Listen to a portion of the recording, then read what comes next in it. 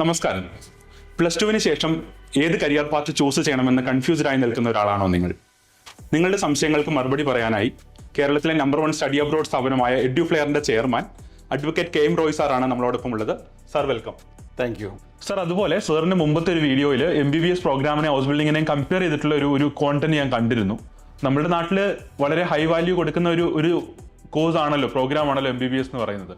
So എന്തുകൊണ്ടാണ് സാറിന് ഈ ഹൗസ് ബിൽഡിംഗ് എന്ന് പറഞ്ഞ പ്രോഗ്രാം MBBSനേക്കാളും ബെറ്റർ ഓപ്ഷൻ ആണെന്ന് തോന്നാൻ കാര്യം? ഞാൻ എൻ്റെ ബോധ്യത്തിൽ നമുക്കിന്ന് അവൈലബിൾ ആയിട്ടുള്ള ഒരു വിദ്യാഭ്യാസ കോഴ്സിൽ ഏറ്റവും ബെസ്റ്റ് ആയിട്ടുള്ള ഒരു പ്രോഗ്രാമാണ് ഹൗസ് ബിൽഡിംഗ് എന്നുള്ള എൻ്റെ ഒരു ബോധ്യത്തിൻ്റെ അടിസ്ഥാനത്തിലാണ് ഞാൻ ഹൗസ് ബിൽഡിങ്ങിനെ പറ്റി ഇത്രയധികം സംസാരിക്കുന്നത്.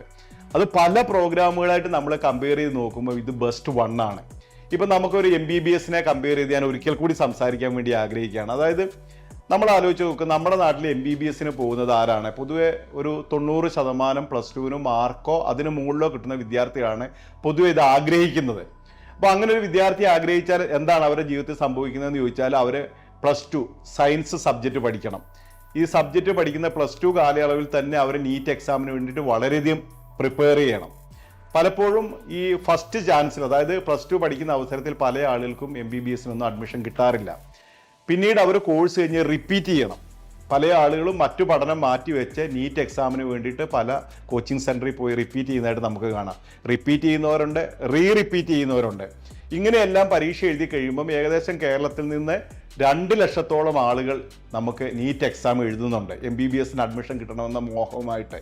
പക്ഷേ മെറിറ്റിൽ അഡ്മിഷൻ കിട്ടുന്നത് 3000-ൽ താഴെ ആളുകൾക്ക് മാത്രമാണ്. അതായത് ഒരു ലോട്ടറി ടിക്കറ്റ് എടുക്കുന്നത് പോലെയാണ്. 2 ലക്ഷം ആളുകൾ അപ്ലൈ ചെയ്യുന്നു, പരീക്ഷ എഴുതുന്നു. ആ പരീക്ഷ എഴുതുന്ന ദിവസത്തെ ഒരു ഗ്രേസിൻ്റെ അടിസ്ഥാനത്തിലായിരിക്കും പലപ്പോഴും ഒരാളുടെ റാങ്ക് മുന്നിലോട്ട് വരുന്നതും പിന്നിലോട്ട് പോകുന്നതുമെല്ലാം. അപ്പം 2 ലക്ഷത്തിൽ നിന്ന് 3000-ൽ താഴെ സെലക്ഷൻ കിട്ടുന്ന ഒരു പ്രോഗ്രാം എന്ന് പറയുന്നത് തീർച്ചയായിട്ടും ഒരു ഭാഗ്യം പോലെ തന്നെയാണ് നമുക്കതിനെ കാണാൻ വേണ്ടി സാധിക്കുന്നത്. കൂടാതെ ഇനി അങ്ങനെ ഒരാൾക്ക് കിട്ടിയെന്ന് വിചാരിക്കുക, നീറ്റ് എക്സാമിന് ഫസ്റ്റ് റാങ്ക് കിട്ടിയ ഒരു വിദ്യാർത്ഥിയെ പറ്റി നമുക്ക് ചിന്തിക്കാം. ഫസ്റ്റ് റാങ്ക് കിട്ടി അവർ ഏറ്റവും ഉയർന്ന ഒരു മെഡിക്കൽ കോളേജിൽ MBBS പഠിക്കാൻ വേണ്ടി പോവുകയാണെങ്കിൽ നമുക്ക് ആലോചിച്ച് നോക്കാം, അവർക്ക് 5.5 വർഷത്തോളം തുടർച്ചയായിട്ട് പഠിക്കണം. ഈ 5.5 വർഷം പഠിക്കുക എന്ന് പറയുന്നത് വളരെ സ്റ്റുഡിയസ് ആയിട്ട് വേണം MBBSന് പഠിക്കേണ്ട ഒരു വിദ്യാർത്ഥി പഠിക്കാൻ വേണ്ടിയിട്ട്. ഈ 5.5 വർഷക്കാലം നമുക്കറിയാം, നമ്മുടെ കേരളത്തിൽ ഇന്ന് സർക്കാർ കോളേജിൽ പോലും മെഡിക്കൽ കോളേജിൽ പോലും 5.5 ലക്ഷം രൂപ ഇയർലി ഫീസ് കൊടുത്തിട്ടാണ് ഒരു വിദ്യാർത്ഥിക്ക് പഠിക്കേണ്ടത്. അപ്പോൾ 5.5 വർഷം പഠിക്കുമ്പം 5.5 ലക്ഷം × 5.5 വർഷം ഇത്രയും ഫീസ് നമുക്ക് ട്യൂഷൻ ഫീ അടയ്ക്കേണ്ടതായിട്ടുണ്ട്.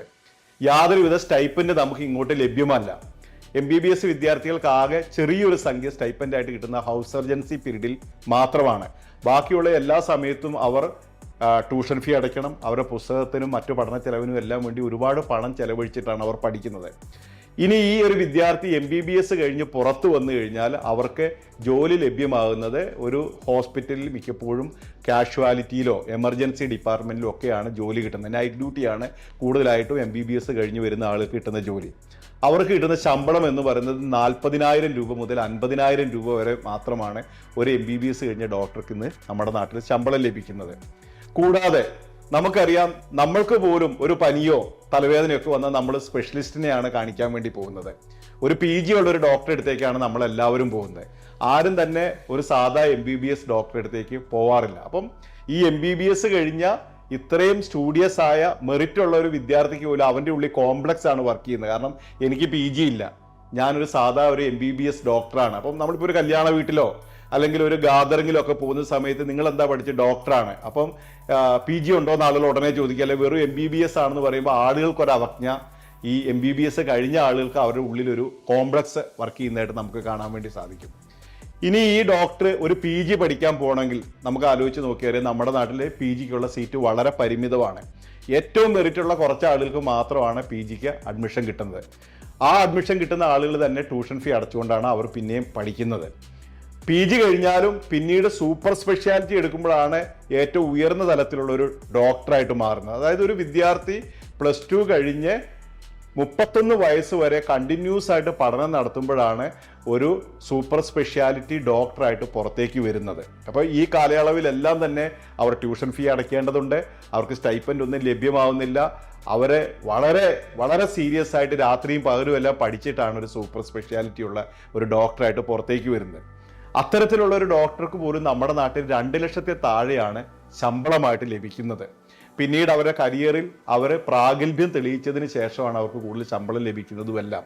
ഇനി അവർക്ക് പ്രൈവറ്റ് പ്രാക്ടീസ് ഉണ്ട്, വീട്ടിൽ രോഗികളെ നോക്കി കുറച്ച് വരുമാനം ഉണ്ടാക്കാമെന്ന് ശ്രമിച്ചാൽ പോലും അവരെ ടൈം പിന്നെയും സ്പെൻഡ് ചെയ്യണം. അവർ രാവിലെയും വൈകുന്നേരം എല്ലാം ഈ ജോലിക്ക് വേണ്ടി ടൈം സ്പെൻഡ് ചെയ്തിട്ടാണ് അവർക്ക് കുറച്ച് കൂടുതൽ വരുമാനം ഉണ്ടാക്കാൻ വേണ്ടി സാധിക്കുന്നത്. അതേ സമയത്ത് നമുക്ക് ഹൗസ് ബിൽഡിങ്ങിനെ പറ്റി ആലോചിച്ച് നോക്കാം. ഹൗസ് ബിൽഡിംഗ് എന്ന് പറയുന്നത് +2-ന് 55% മാർക്ക് വാങ്ങിയ ഏത് സ്ട്രീമിൽ പഠിച്ച 18 വയസ്സ് മുതൽ 26 വയസ്സ് വരെ പ്രായപരിധിയിലുള്ള ഏതൊരാൾക്കും പോകാൻ പറ്റുന്ന ഒരു പ്രോഗ്രാമാണ്. അതായത് യാതൊരു മെറിറ്റും ഇല്ലാത്ത ഒരു സാധാരണ ബുദ്ധി നിലവാരമുള്ള അല്ലെങ്കിൽ ഏറ്റവും മാർക്ക് കുറഞ്ഞ ഒരാൾക്കും പോലും ഈ പ്രോഗ്രാമിലേക്ക് പോകാൻ വേണ്ടി സാധിക്കും. അപ്പം ഈ പ്രോഗ്രാമിലേക്ക് പോകുന്ന ഒരു വിദ്യാർത്ഥിക്ക് എന്താണ് സംഭവിക്കുന്നതെന്ന് ചോദിച്ചാൽ അവൻ്റെ എഡ്യൂക്കേഷൻ സൗജന്യമാണ്. രണ്ടാമത് അവന് പഠിക്കുന്ന സമയത്ത് 1 ലക്ഷം രൂപ ഇങ്ങോട്ട് സ്റ്റൈപ്പൻഡ് കിട്ടും.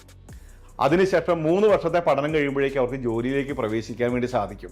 അതായത് നമ്മുടെ MBBS-ന്റെ വിദ്യാർത്ഥി MBBS പഠിച്ചുകൊണ്ടിരിക്കുന്ന സമയത്ത് തന്നെ ഹൗസ് ബിൽഡിംഗ് വിദ്യാർത്ഥി ജോലിയിൽ കയറിയിട്ടുണ്ടാവും. അവൻ 2.5 ലക്ഷം രൂപ ബേസിക് സാലറിയുള്ള ജോലിയിൽ പ്രവേശിച്ച് ഓവർ ടൈം ചെയ്ത് 5 ലക്ഷം രൂപ ഏൺ ചെയ്യുന്ന അവസരത്തിൽ MBBS-കാരൻ പഠനം നടത്തിക്കൊണ്ടിരിക്കുകയായിരിക്കും അങ്ങോട്ട് ട്യൂഷൻ ഫീ കൊടുത്തുകൊണ്ട്. അപ്പം ഹൗസ് ബിൽഡിംഗുകാരൻ 21-ാമത്തെ വയസ്സിൽ ജോലിയിൽ പ്രവേശിച്ച് 5 ലക്ഷം രൂപ വെച്ച് സമ്പാദിച്ചാൽ നമ്മുടെ MBBS ഡോക്ടർ സൂപ്പർ സ്പെഷ്യാലിറ്റി കഴിയുന്ന 31 വയസ്സാകുമ്പോഴേക്കും ഹൗസ് ബിൽഡിംഗുകാരൻ ഏകദേശം 6 കോടി രൂപ സമ്പാദിച്ചിട്ടുണ്ടാവും മറ്റേ ആൾ ജോലിക്ക് പ്രാപ്തനായി പുറത്തേക്ക് ഇറങ്ങുമ്പോഴേക്കും. അപ്പം സമൂഹത്തിലെ അല്ലെങ്കിൽ നമ്മുടെ വിദ്യാഭ്യാസ മേഖലയിലെ ഏറ്റവും മെറിറ്റ് കുറഞ്ഞിട്ടുള്ള ഒരാൾക്ക് ഏറ്റവും ഉയർന്ന നമ്മൾ ഏറ്റവും ക്രീമായിട്ട് കരുതുന്ന ഒരു കോഴ്സ് പഠിച്ച ഒരാളെക്കാളും സാമ്പത്തികമായിട്ട് വളരെ വലിയ അഭിവൃദ്ധി ഉണ്ടാക്കാൻ വേണ്ടിയിട്ട് ഹൗസ് ബിൽഡിംഗ് പ്രോഗ്രാം കൊണ്ട് കഴിയും.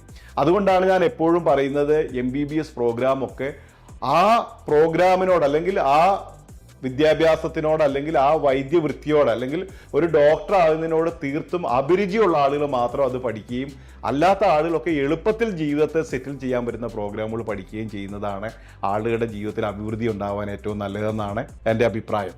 EduFlair, education driven by passion.